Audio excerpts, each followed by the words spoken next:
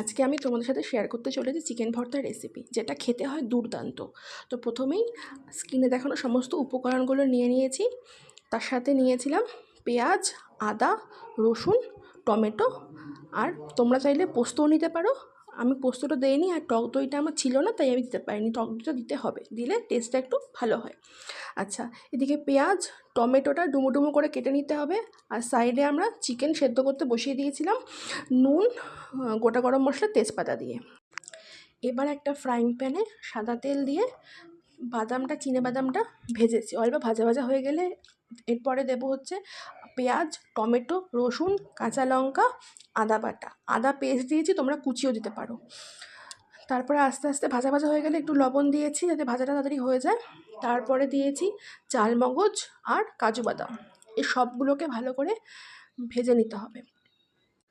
এবার এটাকে পাশে ঠান্ডা হতে দেবো আমরা মিক্সির জারে ঢেলে। ততক্ষণে ওই সেদ্ধ হওয়া চিকেনটাকে জল থেকে তুলে ছাড়িয়ে নেব। ওই চিকেন স্টকটা যেটা থাকবে সেটা কিন্তু ফেলবে না, সেটা পরে লাগবে রান্নায়।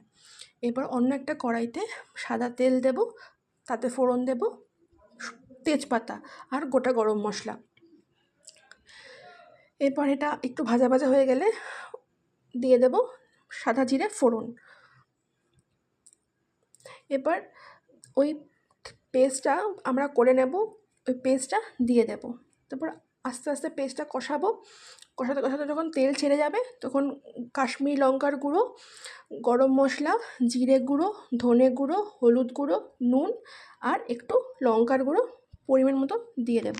আমি এখানে 500 গ্রাম চিকেনের জন্য চিকেন ভর্তা বানাচ্ছি, তো এই পরিমাণটা 1 চামচ করে সব কিছু দিয়েছি গুঁড়ো মশলা। তোমরা বেশি চিকেন করলে পরিমাণটা একটু বেশি দেবে, 2 চামচ করে দেবে।